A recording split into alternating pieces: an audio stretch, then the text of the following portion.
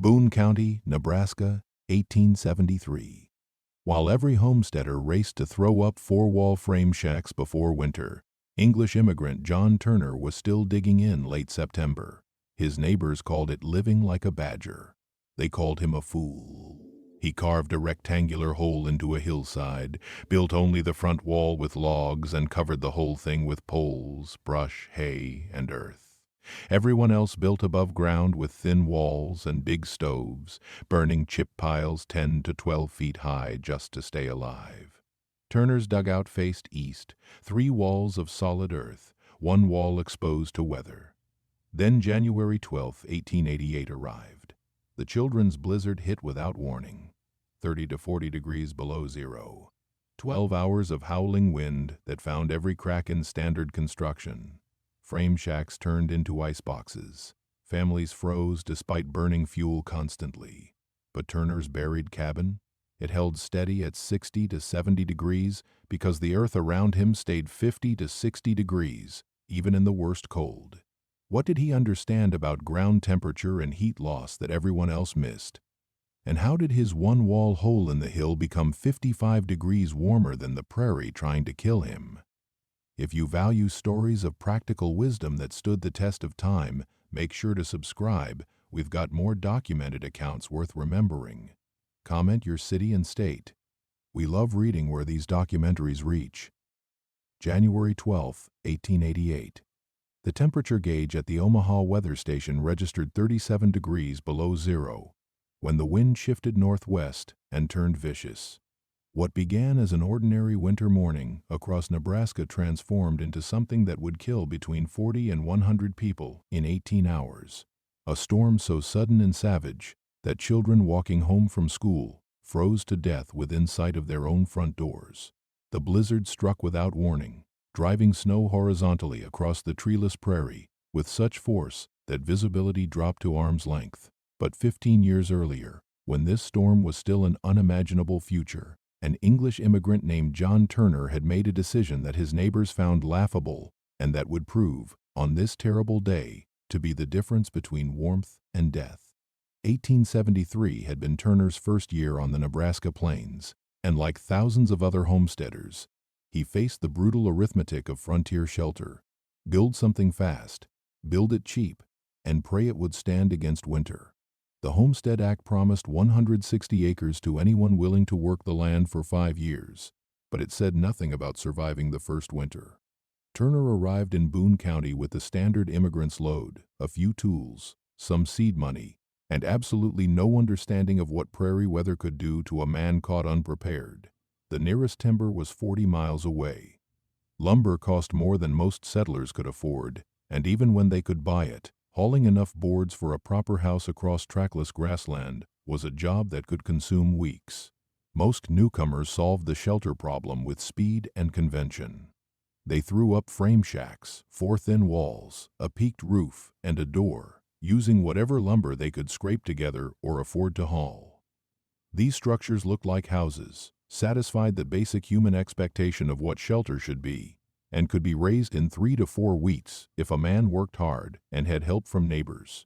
The walls were single board thickness, maybe 1 1/4 inch of pine or cottonwood between the inside air and the outside wind. Heat came from a central stove, and warmth was a constant battle fought with fuel. Settlers learned quickly that staying comfortable on the plains meant burning everything that would catch fire. Buffalo chips when they could find them, cow chips from their own stock, twisted hay when desperate, and precious wood when they could afford it. Turner looked at this approach and decided it was backwards. Instead of building up, he would build in. Instead of fighting the wind with thin walls and big fires, he would hide from the wind entirely and let the earth do most of the work. The method he chose was called a dugout, and while it was well known among plains tribes and documented by frontier accounts, it carried a social stigma that made most settlers avoid it. A dugout meant living in a hole. It meant your house had dirt walls. It meant admitting that you could not afford a proper above-ground home and were willing to burrow like an animal to stay warm. The construction process was straightforward but required a specific type of site. Turner found a south-facing slope near a gentle ravine, high enough to shed water but not so high that winter winds would hit the structure with full force. He marked out a rectangle roughly 12 feet by 16 feet and began digging. The excavation went back into the hillside 8 to 10 feet, creating 3 walls of solid earth and leaving only the entrance side open to the air. The floor was cut level and packed hard. The ceiling height was just tall enough for a man to stand upright, about 7 feet, because every extra inch meant more interior space to heat. The front wall was the only conventional construction in the entire structure. Turner built it with logs when he could get them, chinked tight with clay and grass to stop air infiltration. He cut one window opening, small and positioned to catch morning light while minimizing heat loss. The door was thick, well-fitted, and designed to seal the interior from prairie wind. Above the door and window, the front wall rose to meet the roof structure. The roof was where Turner's method differed most dramatically from standard frame construction. Instead of peaked rafters designed to shed snow, he laid heavy poles directly across the excavation from the front wall to the back earth wall. These poles, cottonwood or whatever timber he could find, were spaced close enough to support weight without sagging. Over the poles he layered brush and prairie grass in a thick mat, creating a base for the final component, earth. He shoveled 2 to 3 feet of dirt over the entire roof structure, creating a solid mass that would absorb heat during summer days and release it slowly during cold nights. The neighbors found this approach baffling and undignified. Why live in a cave when you could build a real house? Why spend time digging when you could be raising walls? The social pressure was considerable. Prairie communities were small and tightly knit, and a man's house was a statement about his ambition, his success, and his commitment to civilized life. A dugout suggested poverty, temporary arrangements, and a willingness to live like an animal. The jokes wrote themselves: badger holes, gopher houses, prairie burrows. Turner endured the mockery because he understood something about heat and cold that his critics had not yet learned through bitter experience. The physics of the situation were simple but counterintuitive. At 10 feet below ground level, Nebraska soil maintained a temperature between 50 and 60 degrees Fahrenheit year-round. This meant that 3 walls of Turner's house were constantly radiating steady, moderate heat into the interior space instead of conducting frigid outside air through thin boards. When the temperature above ground dropped to 20 below zero, Turner's walls were still 50 degrees warmer than the outside air. His stove was not fighting to heat a space that started at sub-zero temperatures. It was working with an environment that began at a baseline nearly 60 degrees warmer than the surface. The fuel savings were immediate and dramatic. While his neighbors burned chip piles 10 to 12 feet high just to keep their thin-walled shacks above freezing, Turner found that a modest fire could maintain comfortable temperatures throughout the day and night. His interior surfaces never grew cold enough to form ice, and the thermal mass of earth walls meant that heat from the daytime fire continued radiating into the room, hours after the flames died down. But the real test was still 15 years away, approaching from the northwest at 30 miles per hour, carrying snow and wind and cold, that would prove which approach to frontier shelter was wisdom and which was deadly folly. By 1875, Turner had lived through 2 full winters in his dugout and discovered that the Nebraska plains had a fuel problem that made heating any structure a constant, exhausting battle. The prairie looked endless, but it was essentially a green desert when it came to burning material. There were no forests to harvest, no coal mines within reasonable hauling distance, and lumber was too precious to burn, except in the most desperate circumstances. What the plains offered instead was a fuel source that newcomers found disgusting, that required constant gathering, and that burned so fast that feeding a fire became a full-time occupation for entire families. Buffalo chips and cow chips, dried manure from grazing animals, were the primary fuel across the Great Plains, and their use required a complete revision of everything settlers thought they knew about home heating. Fresh chips were useless, soggy and smoking without generating real heat. Properly dried chips, weathered by sun and wind until they became light and combustible, burned hot and clean but consumed themselves in minutes rather than hours. A chip fire demanded constant attention. Leave a stove unattended for 30 minutes, and the interior temperature could drop 20 degrees. Walk away for an hour, and you would return to a cold house and the need to rebuild the fire from scratch. The mathematics of chip burning were relentless. A typical frame house required between 8 and 12 bushels of chips per day during cold weather. Gathering that quantity meant walking miles across pasture and prairie, loading chips into wagons or baskets, and hauling them back to the house in a daily routine that consumed hours of labor.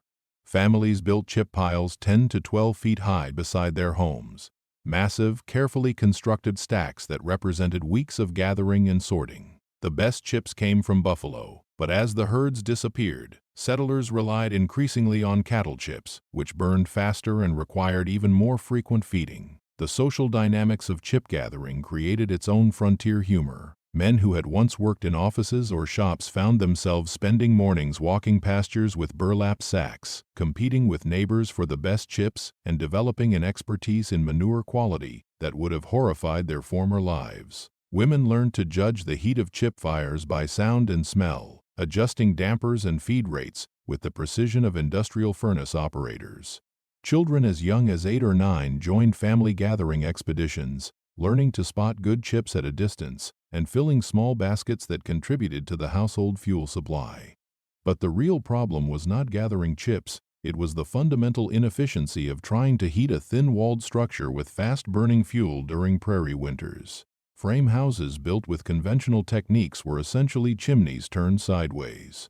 Wind infiltration through board gaps, around windows and under doors meant that heated air was constantly escaping and being replaced by cold outside air. The single-thickness walls provided almost no insulation, conducting cold from outside surfaces directly into interior spaces. A stove might heat the air near the firebox to comfortable temperatures, but that warm air was immediately diluted by cold drafts and lost through walls that offered no resistance to heat transfer. Turner watched his neighbors fighting this losing battle and recognized that they were treating symptoms rather than the underlying problem. The issue was not insufficient fuel or inadequate stoves, it was the structure itself. A thin-walled house on an exposed prairie was trying to heat the outdoors, 1 cubic foot of escaping warm air at a time. No amount of chips or wood could overcome the basic physics of a building that leaked heat faster than it could generate it. This understanding aligned with older knowledge that most settlers had dismissed as primitive or irrelevant.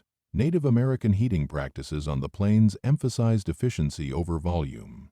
A frontier account recorded by John W. Hartman described watching a Pawnee chief observe a white settler building an enormous fire outside his camp. The chief's assessment was direct and cutting. White man damn fool, builds great big fire, sits back, gets front side hot, back side cold. Indian builds little fire, sits close, gets warm all around. The principle was clear. Control your exposure to cold rather than trying to overpower the cold with excessive heat. Turner had learned this lesson through 2 winters of comparative observation. His dugout required roughly 1/3 the fuel of comparable frame houses because it was not fighting the same thermal battle. The earth walls were not conducting outside cold into the interior. They were radiating steady, moderate temperatures from soil that remained 50 to 60 degrees year-round. The reduced surface area, exposed to outside air, meant less heat loss through walls, roof, and foundation. The thermal mass of the earth structure meant that heat from daytime fires continued warming the interior long after the flames had died. During the winter of 1875, Turner tracked his fuel consumption against that of his nearest neighbor, a German immigrant named Klaus Hoffmann, who had built a standard frame house of similar interior dimensions. Hoffmann burned 11 to 13 bushels of chips per day during January and February, maintaining interior temperatures that rarely exceeded 55 degrees except directly beside the stove. Turner used 4 to 5 bushels for the same period, while maintaining interior temperatures between 60 and 68 degrees throughout the entire space. The difference was not better fuel or a more efficient stove, it was a structure designed to work with natural thermal dynamics rather than against them. The social implications of this efficiency were significant, but largely unacknowledged.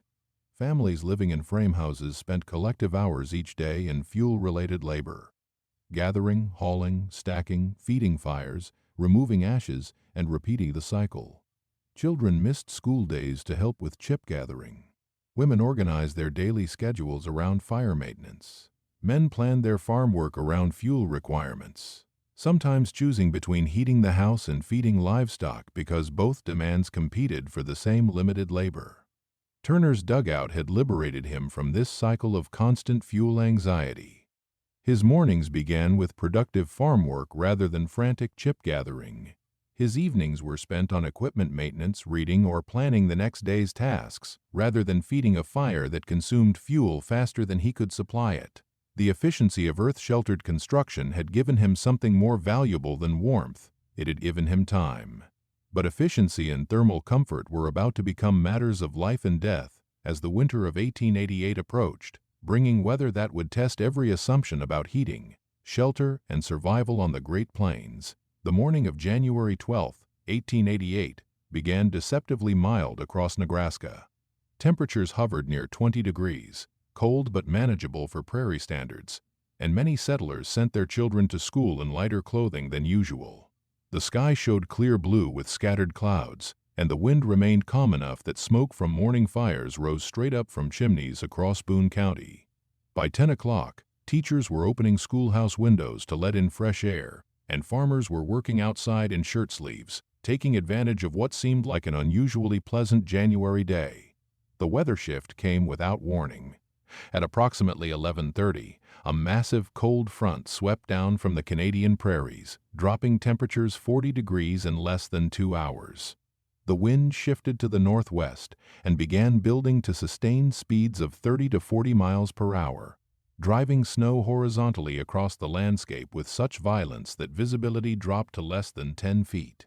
What had been a pleasant winter morning transformed into a killing storm that would become known as the Children's Blizzard, named for the school children who froze to death trying to walk home in conditions that turned familiar landscapes into white, howling mazes of confusion and death.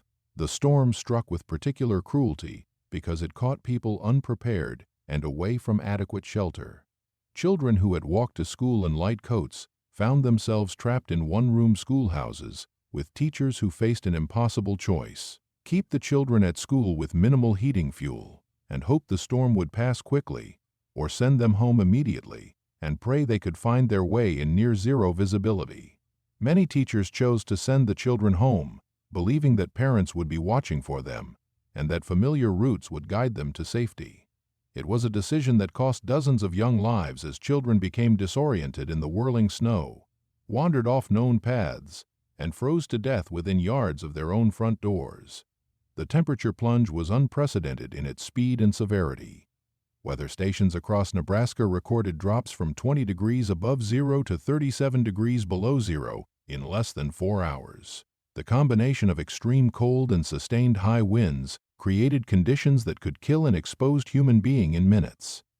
Wind chill factors not yet understood or measured but brutally real pushed the effective temperature to levels that froze exposed skin in seconds and made breathing painful for anyone caught outside without proper protection. For families in standard frame construction, the storm represented a thermal emergency that their thin-walled houses were utterly unprepared to handle. Wind-driven snow found every gap in board siding, every imperfection around windows and doors, every crack where walls met foundations. The horizontal snow penetrated interior spaces, forming drifts inside houses, where wind pressure forced it through construction gaps. Families discovered that their carefully gathered chip piles, 10 to 12 feet high and representing weeks of labor, were insufficient to maintain livable temperatures when outside conditions became this extreme. The physics of heat loss during the blizzard overwhelmed conventional heating systems. Frame houses with single-thickness walls became thermal sieves, losing heated air as fast as their stoves could warm it. Interior walls that had seemed adequate during normal winter weather now conducted deadly cold directly into living spaces. Families found ice forming on the inside surfaces of exterior walls, even 3 and 4 feet away from windows and doors. Stoves that had maintained comfortable temperatures during ordinary cold weather now struggled to keep interior spaces above freezing despite constant feeding with precious fuel. Water froze solid inside houses. Food stored near exterior walls became ice-hard within hours. Families retreated to single rooms closest to their heating sources, abandoning the rest of their homes to the cold and concentrating their fuel on maintaining survivable temperatures in the smallest possible space. Children and elderly family members showed signs of hypothermia even while sitting close to fires, as the overall thermal environment of their shelters collapsed under the assault of wind and extreme cold. The storm's duration made survival a test of endurance rather than short-term emergency management. 12 to 18 hours of sustained extreme conditions meant that families could not simply wait out the weather. They had to maintain heating, manage fuel supplies, and protect vulnerable family members through an entire night and into the following day. Fuel that had been gathered to last several days was consumed in hours as families fed their fires constantly in a desperate attempt to maintain livable temperatures. Meanwhile, 15 miles east of the worst-hit areas, Turner experienced the same storm from inside his dugout. The wind that was killing people across the prairie howled over his earth-sheltered roof without finding purchase on walls or creating the infiltration that was devastating frame structures. The horizontal snow that penetrated conventional houses could not reach interior spaces protected by earth walls that extended 8 to 10 feet into the hillside. The temperature that dropped to 37 degrees below zero on the surface remained 50 to 60 degrees in the soil surrounding 3 walls of his home. Turner's heating challenge during the blizzard was fundamentally different from what his neighbors faced in above-ground construction. His interior surfaces, the earth walls that formed the majority of his living space, were radiating steady, moderate heat throughout the emergency. Instead of fighting to warm a space that began at sub-zero temperatures, his stove was working with an environment that started at 50-plus degrees and required only modest additional heating to maintain comfort. The thermal mass of the earth structure meant that heat from his fire was absorbed by walls and roof and released slowly over hours, creating a steady interior climate that remained stable even when the fire burned low. The fuel consumption difference was dramatic and measurable. While families in frame houses burned through entire chip piles, sometimes 5 to 7 days' worth of normal fuel in a single night, Turner used approximately his usual daily allocation. His fire required feeding every 3 to 4 hours, rather than every 30 to 60 minutes, allowing him to sleep through portions of the night while maintaining safe temperatures. The efficiency of earth-sheltered construction had transformed a life-threatening emergency into a manageable inconvenience. When the storm finally broke on the morning of January 13th, the death toll across Nebraska began to emerge. Conservative estimates placed fatalities at 40 people, with some accounts suggesting the number reached 100 when counting deaths from exposure, hypothermia, and related causes across the affected region. The majority of victims were children who had attempted to walk home from school, but adults also died when caught away from adequate shelter or when their heating systems failed during the critical overnight hours.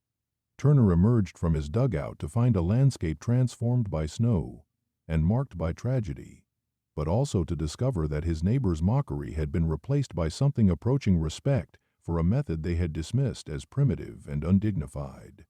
In the days following the children's blizzard, as families across Boone County assessed damage and mourned their dead, Turner found himself receiving visitors who had never shown interest in his underground dwelling. The men who had mocked his badger hole now stood in his doorway asking detailed questions about excavation techniques, roof construction, and fuel requirements. They came with notebooks, measuring tools, and the sobering knowledge that their conventional approach to prairie shelter had nearly killed them during a storm that Turner had weathered with minimal discomfort and ordinary fuel consumption. The technical explanation Turner offered was straightforward but required abandoning assumptions that most settlers had brought with them from timbered regions. The fundamental principle was thermal baseline management. Instead of trying to heat a space that started at whatever temperature the outside air happened to be, earth-sheltered construction began with interior surfaces that maintained consistent temperatures regardless of surface weather conditions. At depths of 8 to 10 feet, Nebraska soil held steady between 50 and 60 degrees throughout the year. This meant that during the blizzard, when surface temperatures reached 37 degrees below zero, Turner's walls were radiating heat at temperatures nearly 90 degrees warmer than the outside air. The mathematics of this thermal advantage were simple but profound. A conventional frame house during the blizzard was attempting to heat interior air from a starting point of -37 degrees. Turner's dugout was heating interior air from a starting point of approximately 55 degrees, a difference of 92 degrees that translated directly into fuel savings, comfort, and survival margins. His stove was not fighting to overcome extreme cold. It was working with an environment that was already approaching comfortable temperatures before the fire was even lit. The construction method that achieved this thermal performance was deceptively simple, but required careful attention to site selection and moisture management. Turner walked his visitors through the process step by step, emphasizing that success depended on choosing the correct location and executing each phase with precision. The site had to offer natural drainage to prevent water accumulation, adequate soil stability to support excavation without collapse, and orientation that took advantage of winter sun while minimizing exposure to prevailing winds.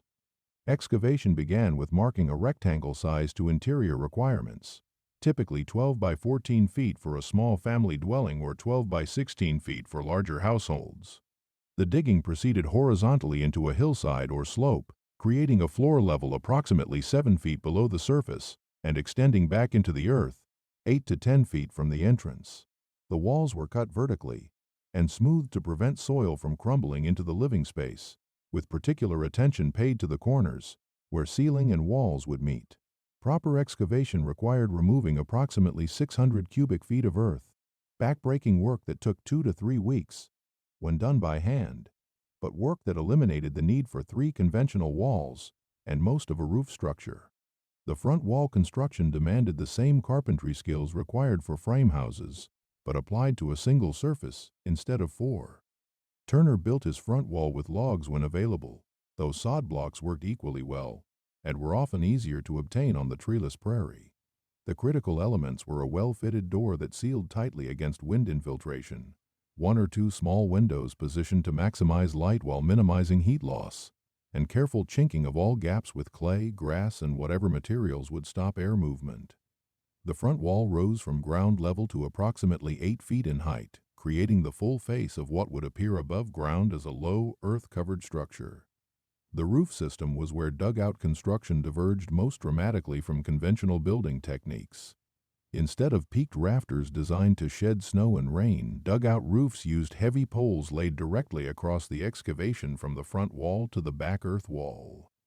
These poles, typically cottonwood logs 6 to 8 inches in diameter, were spaced 18 to 24 inches apart and chosen for their ability to support significant weight without sagging. The pole selection was critical because the entire roof system would eventually carry 2 to 3 feet of earth, plus whatever snow accumulated during winter storms. Over the structural poles, builders laid a thick mat of brush, prairie grass, and hay that served multiple functions. This organic layer provided the base for the earth covering, prevented soil from sifting through gaps between poles, and created an insulating airspace that improved the thermal performance of the overall roof system. The brush layer had to be thick enough to support earth weight, but permeable enough to allow moisture to migrate upward and escape rather than accumulating inside the structure. The earth covering was the final and most important element of the roof system. Turner shoveled 2 to 3 feet of dirt over the entire brush layer, creating a solid thermal mass that absorbed heat during warm periods and radiated it slowly during cold periods. This earth layer also provided the primary weather protection for the structure, shedding rain and snow while creating a continuous thermal barrier between interior spaces and outside air. The soil had to be selected carefully. Too much clay created drainage problems, while too much sand allowed excessive air infiltration. The thermal performance of this construction method during the blizzard demonstrated principles that conventional settlers had not understood or had dismissed as irrelevant. Turner's interior temperature during the worst of the storm remained between 62 and 68 degrees with only modest firing of his heating stove.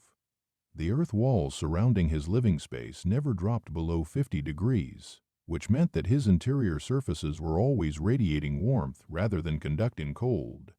The thermal mass of the roof and walls meant that heat from daytime fires continued warming the interior throughout the night, reducing the need for constant fuel feeding that had exhausted families in frame houses.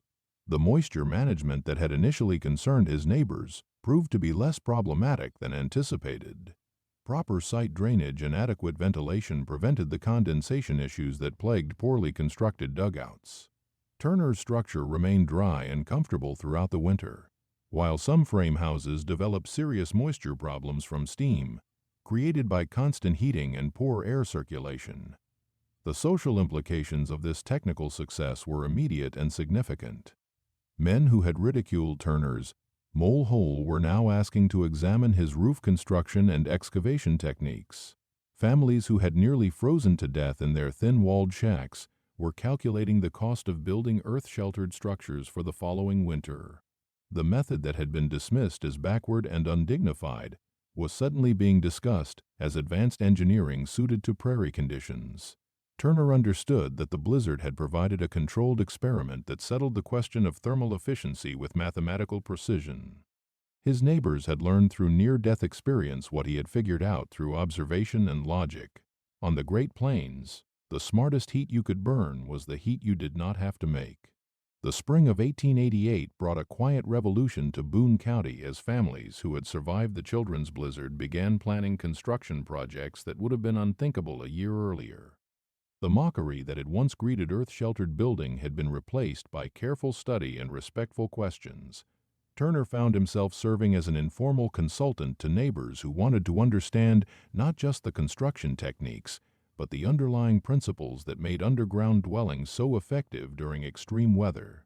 The social transformation was gradual but unmistakable. What had been considered primitive was now recognized as advanced engineering adapted to prairie conditions. Klaus Hoffman was among the first converts, breaking ground for his own dugout in late April while his frame house still stood as a reminder of the winter he barely survived.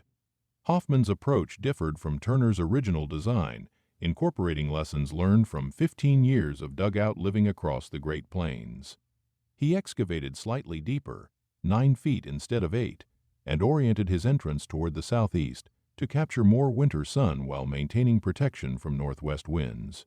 His front wall used sod blocks rather than logs, creating a structure that was entirely local in its materials and could be built without hauling expensive timber across long distances.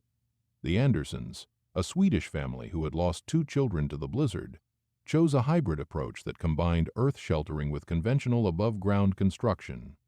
They built their dugout as winter quarters and maintained their frame house for summer use, recognizing that each structure had advantages for different seasons and weather conditions. Their dugout was larger than Turner's original, 14 by 18 feet, and included a separate root cellar excavated deeper into the hillside for food storage. The thermal mass of the expanded earth sheltering provided temperature stability that kept stored vegetables from freezing during winter and from spoiling during summer heat. The construction techniques evolved rapidly as more families experimented with earth-sheltered building and shared their innovations. The most significant improvement was in roof design, where builders learned to create better drainage by slightly sloping the pole structure and adding a layer of split wood or bark between the structural poles and the brush layer. This modification prevented water infiltration during heavy rains, while maintaining the thermal properties that made the structures so effective during cold weather. Some builders added stone chimneys that extended well above the earth-covered roof, improving draft and reducing the risk of carbon monoxide accumulation that had been a concern in poorly ventilated structures. The fuel efficiency advantages that had saved Turner during the blizzard became economic advantages as more families adopted earth-sheltered construction.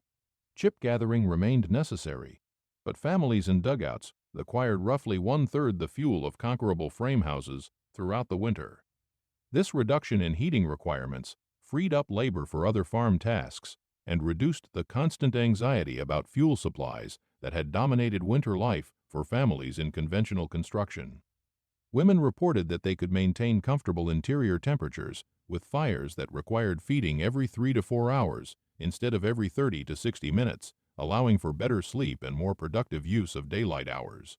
The construction method also proved adaptable to different family needs and economic situations.